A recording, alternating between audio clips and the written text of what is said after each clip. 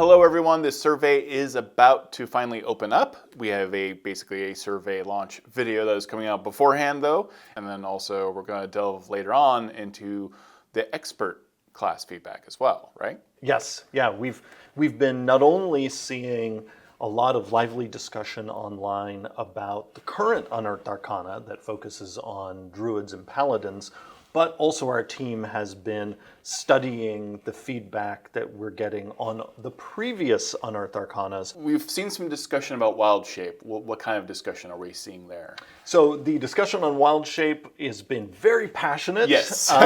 And I always love to see that excitement about the game.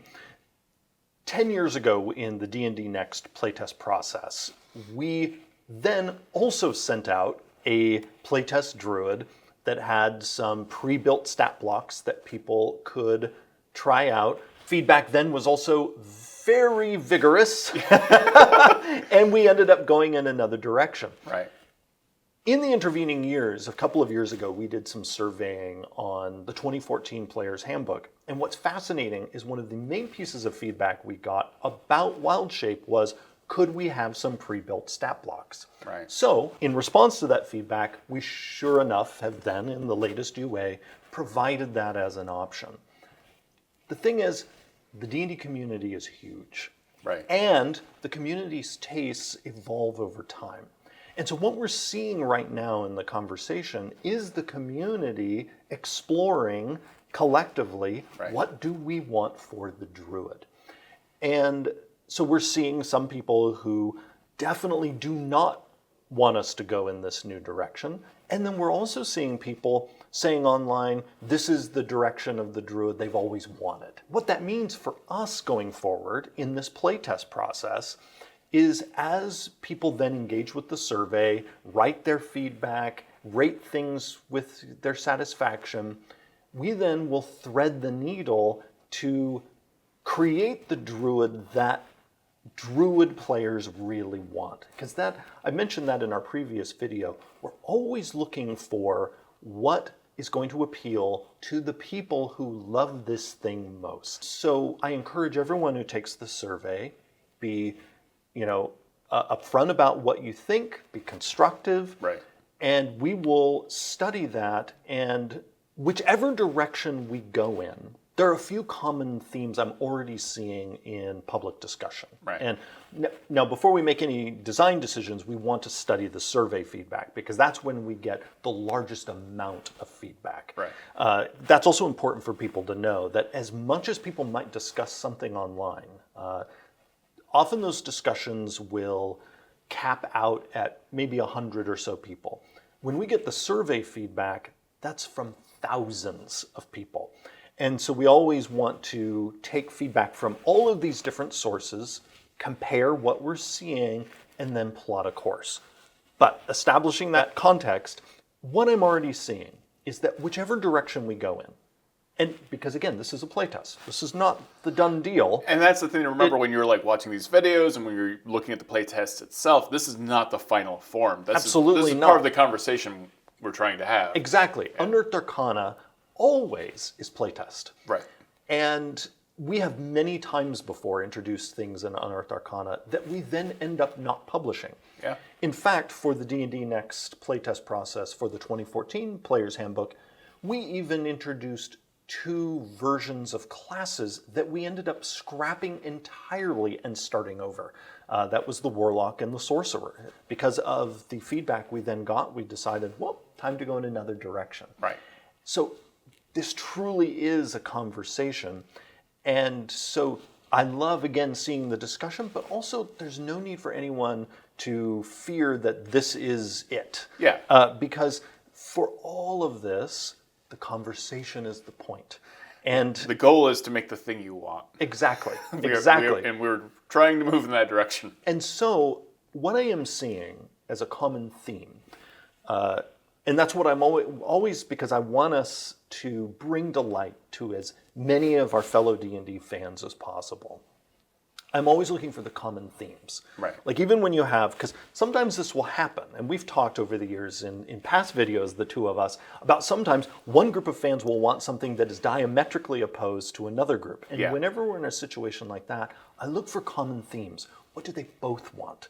They might have sort of a top line disagreement, but there might actually be a lot they have in common. And that's always what I'm looking for.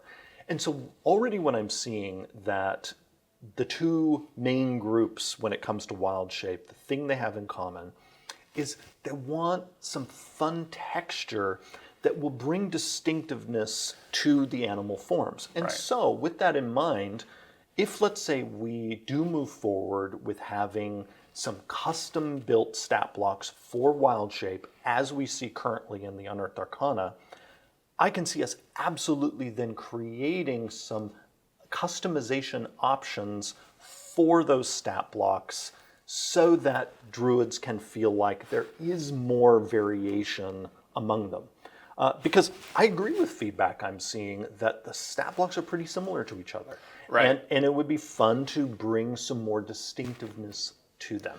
I'm seeing a lot of feedback that is specifically about things like pack tactics. And, we do have one ability like Flyby, which does exist for the flying version of Wildshape, but that's the kind of stuff I think a lot of people are missing. Also, some of that, I've seen similar feedback.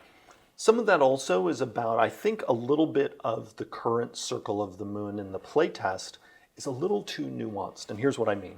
I've seen some people say, well, I'd love for my animal form to be able to knock someone prone like some of the beasts do in the monster manual, or I'd like to be able to attack and grapple someone like some of the beasts do. The thing is the Circle of the Moon in the playtest does include that. And that actually connects to another question that we've seen about unarmed strike in the Circle of the Moon. But before we go talk about that, I want to go back to the sort of common threads I'm seeing between the two sides. Because if we stick with the pre-built stat blocks like we see here, again, I could see us making customization options. However, if most of the community is like, no, we'd like to stick with changing into these other monster stat blocks, we can absolutely make that work. And then what we need to do to address the concerns of the other group of how approachable is the class. In our previous video, we talked about the fact that the Druid is the least played class in the game.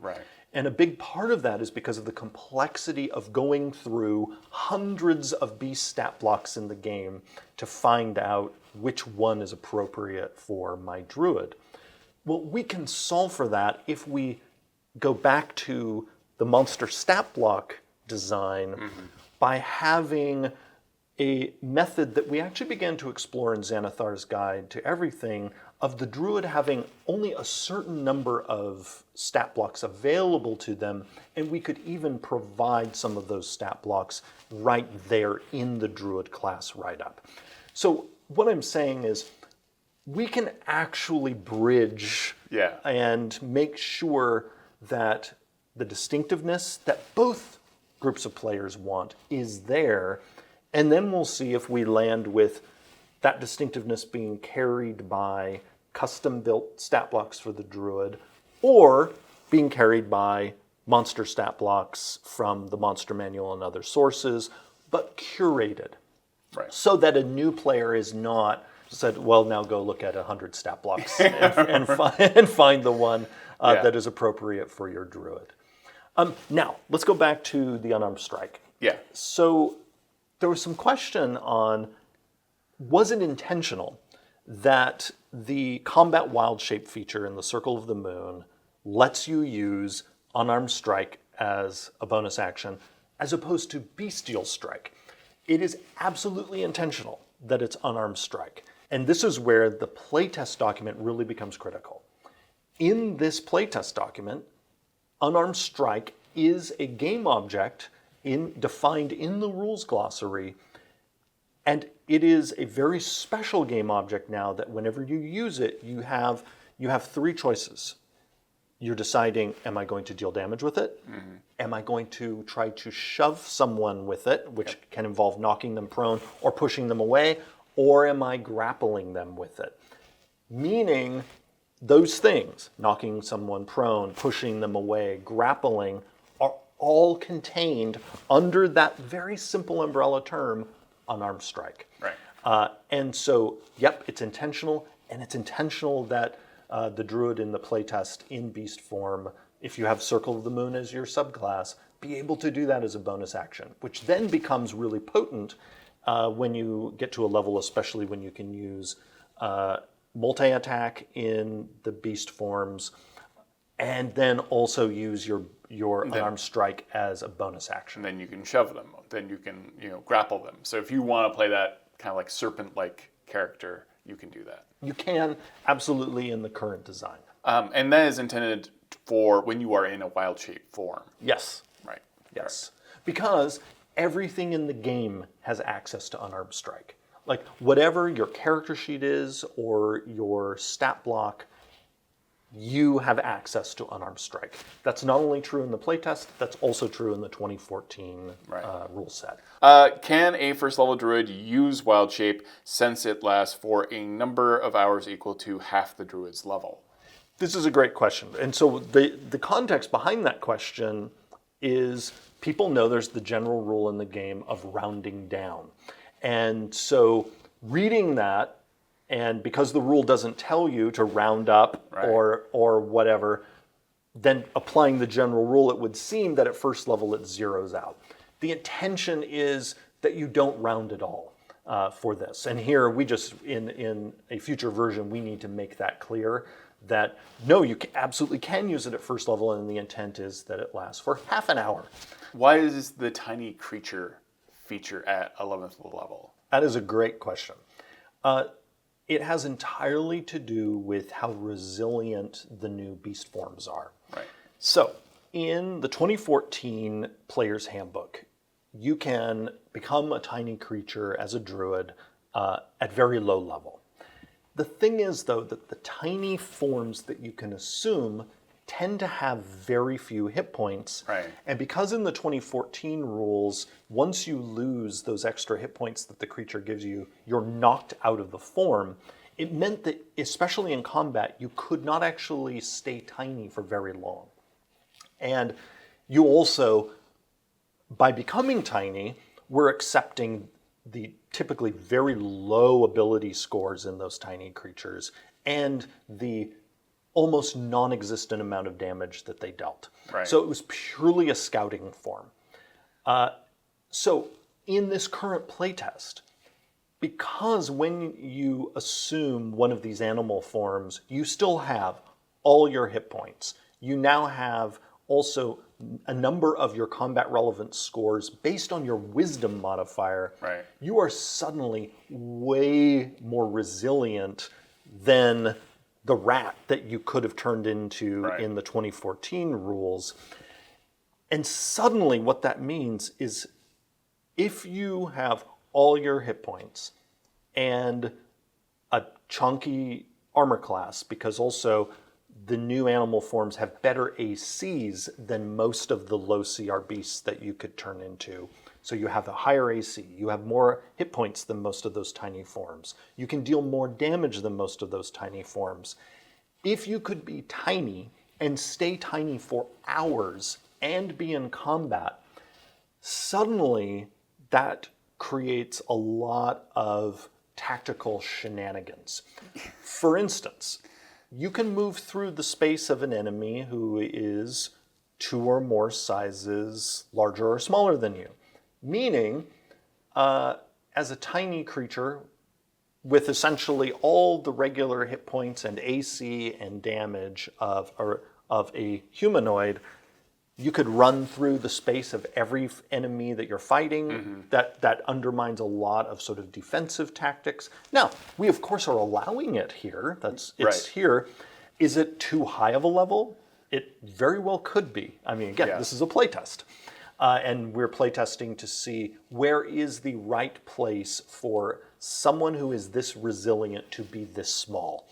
Now, if if in the playtest feedback we see a lot of desire for this to be lower level, and the community wants us to stick with the sort of custom-made stat blocks, then we will adjust to make it so that you can do this at a lower level. If we go back to using monster stat blocks from the monster manual and elsewhere, well, then the issue vanishes, and then we just need to determine, do we go back to you getting a certain number of extra hit points from the shape that you assume, and then do you get knocked out of the shape when you lose those hit points? Like, that's the critical difference. That's why there is that difference in level. But there is also, especially in the playtest for the Circle of the Moon Druid, and similar to that unarmed strike thing that might be too nuanced for its own good, there is a lot of power hiding out in the Moon Druid's ability to cast abjuration spells in beast form. Yeah. Because, again, that includes, in the playtest, healing spells. Right. If with Magic Initiate you've picked up the shield spell, it means you're casting shield. People have been very keen on that yes. concept as well. So, again, you might not be getting, as a Circle of the Moon Druid, the hit point boost that you were getting before, but you are getting other boosts in the current playtest. We're going to see what mix is right. I think we will easily see another version of the Druid in this UA process, possibly more than one new version. We will basically iterate until the community collectively says thumbs up. Yeah, and that's the point. Yes, the point is to be listening of the whole process. Yeah, so that brings us to Paladin. Smite has changed quite a bit. I think one of the things that's key on everyone's mind is Divine Smite. Can you crit with it? So the intention is that you can. Okay. And the current wording is unclear on that point. So seeing people question that is, again, that's why we have a playtest process of, okay, we need to be clearer on this. And in fact, one of the design notes we have for the dev process on the 2024 Player's Handbook is we need to go through and make sure it's clear everywhere if something can crit or not. Because this is a question that has come up about various features for years. And we will make it super duper clear that Divine Smite can still crit. And again, it's the current wording is a little murky. There was wording in there saying specifically you can't cast a spell if you use Divine Smite that same turn, correct? That's correct. In the playtest, you cannot cast a spell and use Divine Smite on the same turn. Yeah, and that means you can't circumvent this by using Divine Smite first and then later on using a spell. Or vice versa. Yeah. And if we see a lot of questions about that, then of course we will make it super duper clear that regardless of the order, the two cannot coexist on the same turn. So ranged weapons in Smite. This is like, I knew about this. I think we touched on it in the previous video, but this is a pretty big deal. But you can smite with ranged weapons. So if you have a crossbow, if you have a bow. I mentioned last time that we for years have resisted this because of turf protection. One of the and that's also one reason why for years the Paladin couldn't unarmed strike and Divine Smite, because then that was viewed as encroaching on the monk's territory. Right. And then people are now concerned is the ranger or the fighter. Yeah. Because the fighter and the ranger are the two classes that tend to be the masters of ranged weapons. Right. We are gathering fan sentiment on this. If it ends up staying as a part of our dev process where we dig into the underlying balance, it is possible that we would end up making the ranged smite deal less damage than the melee one, because paladins do have a tremendous advantage over at least rangers, because paladins can wear heavy armor. Right. Fighters can as well. I mean, a fighter can pepper someone hundreds of feet away, wearing plate mail Right. while wielding a longbow. That's the glory of being a fighter. Yeah. If people want this, we will make it so that the math works. Right. But it could turn out that it just, people don't want it and it will go away.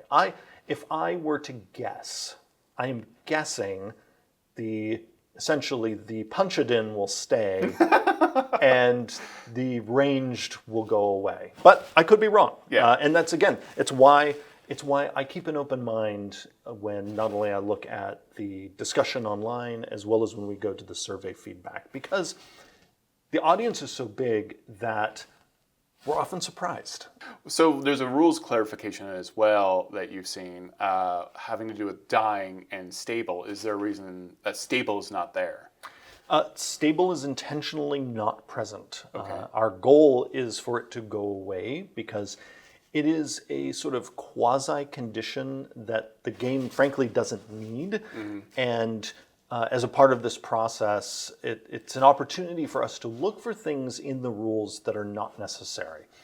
Because it's already possible with our conditions to have you be at 1 hit point and unconscious. There's no need to have this extra thing where you're at 0, but you're not dying, but you're stable. It's like, no, we can just say you have 1 hit point and you're unconscious. Perfect.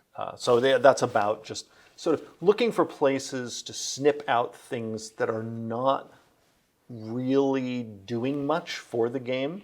I don't like it when we have in our rules details that don't really have much upside for you remembering them. And I always want to look for ways that we can make it so that if there is something you have to remember, that you're glad you remembered it. Like, again, there's some kind of upside to the play experience. Here at the end, we are going to talk about the satisfaction scores from the expert classes, correct? Yes. Yeah, we finally get to dig into this. There was so much amazing feedback. I am looking at the feedback report that I received. It's nearly 20 pages long because that Unearthed Arcana not only had 3 classes, it also had tons of feats and also a very large rules glossary. Right, yeah. So first I'll start with the classes. And again, just to make sure everyone knows what classes we're talking about the Bard, we're talking about the Ranger, and we're talking about the Rogue. And each of them basically landed in a different sort of satisfaction span. So the Ranger was really beloved and is in the 80s. Wow. So the Ranger who gets the reward for most improved class, Right.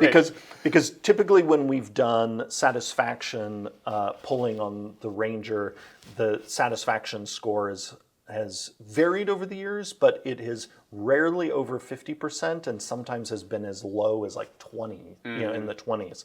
So we're looking at a satisfaction score in the 80s now for the playtest Ranger. And then when I dig in and look at the scores for the individual features, almost every feature in the new Ranger got a satisfaction score of 80% or higher.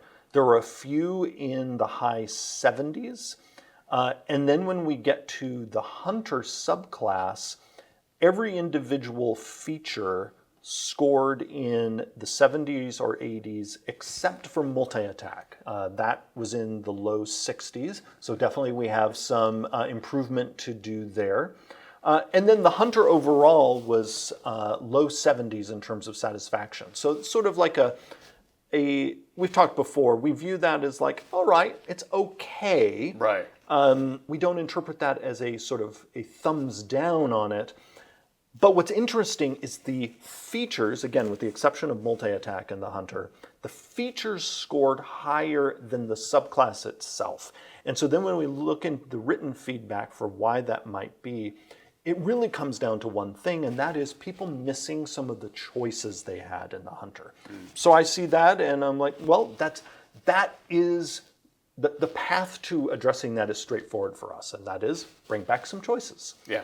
But overall, with the Ranger, a ton of excitement. But again, once you dig into the written feedback, a lot of little things here and there for us to adjust, for us to improve, for us to clarify. So even when we have something that gets such enthusiastic satisfaction as the playtest Ranger, we still dig into the written feedback to see, okay, but what can we make even better? Yeah. What is going to make this Ranger that is getting this positive sentiment truly shine for years to come? Now, the Bard was in the 70s. So we had the Ranger in the 80s, the Bard was in the 70s. Okay. And the Bard features also, when you look in the core class, were all, in terms of satisfaction, in the high 70s and low 80s. So again, the core class overall, people are digging it in the feedback. Now, the College of Lore is fascinating because in the College of Lore, every feature was in the 70s and mostly in the mid to high 70s, yet the subclass got 67%. Oh, okay. And again, this is why, if anyone's ever wondered, why do we ask for the satisfaction on like the subclass in its entirety and then the individual features, because it really helps us. It paints a picture, yeah. It paints a picture. Like, well, okay, overall, people were satisfied with the individual features, score-wise. Again, once we dig into the written feedback, we'll find things that people would like to see improve. So then the question is, why then did this subclass overall get a lower score? Well, our main answer when we dug into it was that people missed the additional magic secrets. It was that simple. Yeah. There are a few other things for us to address, but that's the main thing. And again, great feedback for us to see that there were people who really viewed additional magical secrets as a key element of the College of Lore, and that's absolutely something we can address. Perfect. The Bard Now in I'm the nervous 70s. about the Rogue. So the Rogue class overall got 68%. But here the story is going to be especially fascinating because the features inside the Rogue got amazingly high scores. Interesting. Every feature in the Rogue got a score between 79 and 81% satisfaction. That's very high. With two exceptions. Okay. Evasion at 76%, so that's fine. Yeah. And then sneak attack at 61%. That's kind of the core thing. And so what's fascinating is then when we look for this big disconnect where the individual features within the playtest Rogue, almost all of them people were thumbs up, thumbs up, thumbs up. But then the overall class, the score was all the way at 68%. We found the culprit and it was sneak attack. And how much people identify with that. This actually was not a surprise to us.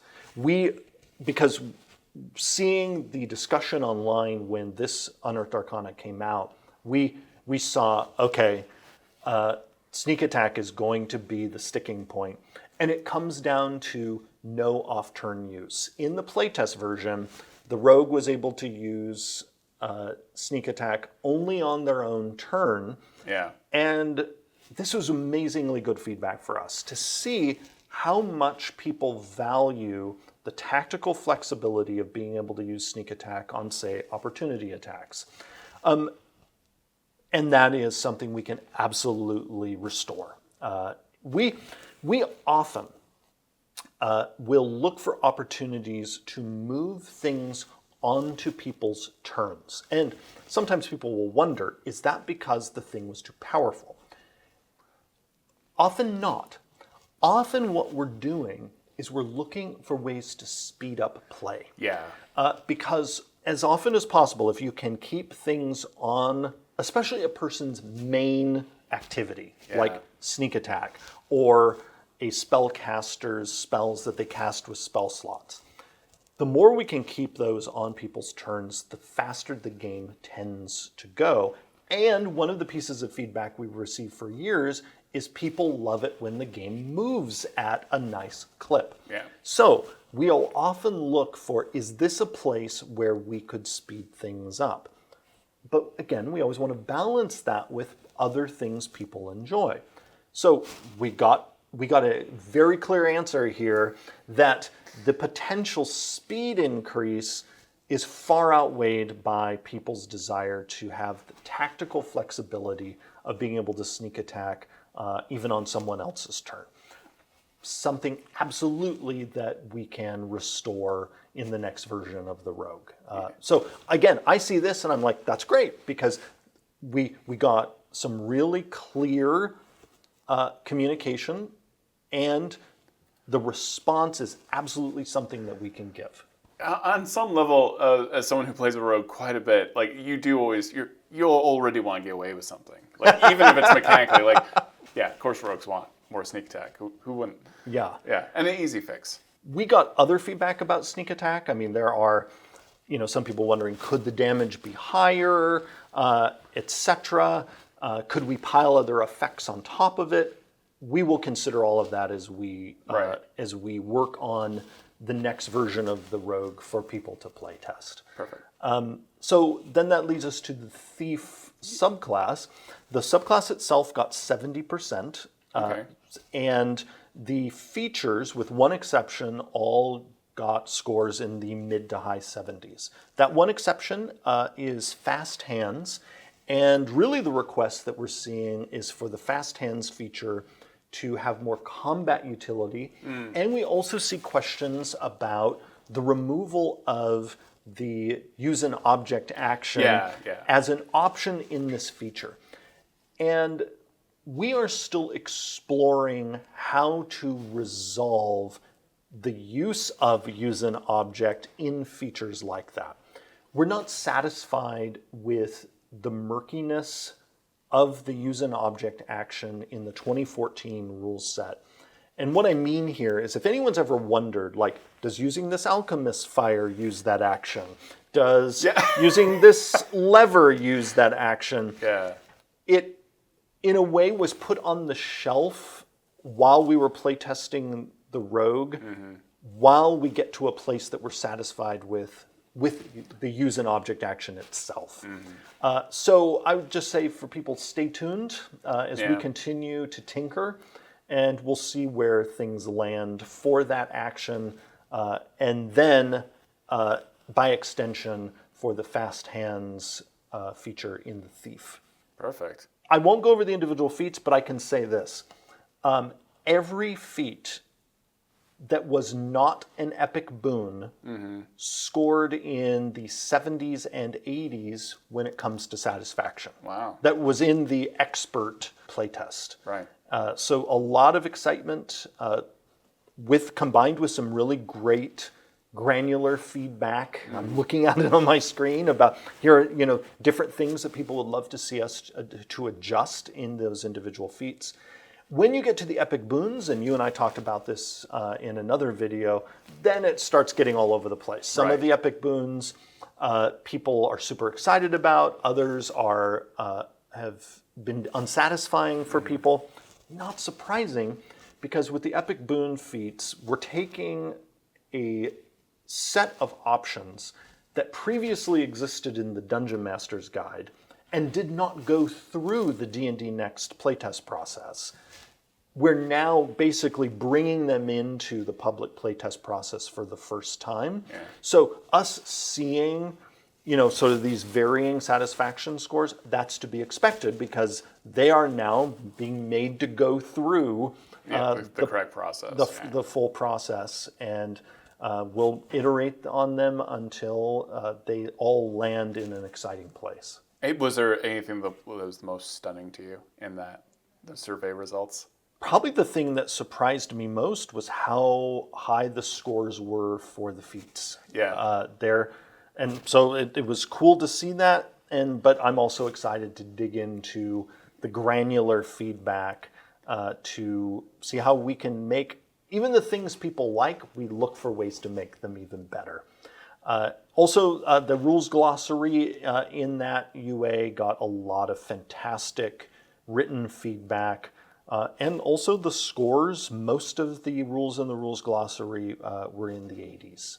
Perfect. Now, speaking of the rules glossary, I think maybe a great place for us to close is, as people take the survey, to remember that the rules glossary of each of these Unearthed Arcanas replaces all of the previous rules glossaries. Right.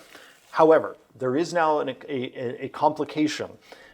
In the latest UA, we moved spells out of the rules glossary on purpose. So, there are no spells in the new rules glossary. Right. That does not mean that all the spells from the previous UAs are now removed from the playtest. So that kind of guidance that one rules glossary replaces a previous rules glossary, that's still true, but it does not apply to spells because, like feats, spells are now in their own section of these playtest documents. Okay, perfect. Oh, thank you so much. The survey is coming out very soon, so be sure to take that. And thank you for all the comments. Thank you for all of your thoughts and your constructive criticism. But don't forget to fill out the survey. That's the best way to give your feedback for any Unearthed Arcana. Absolutely. Awesome. Thank you so much for watching.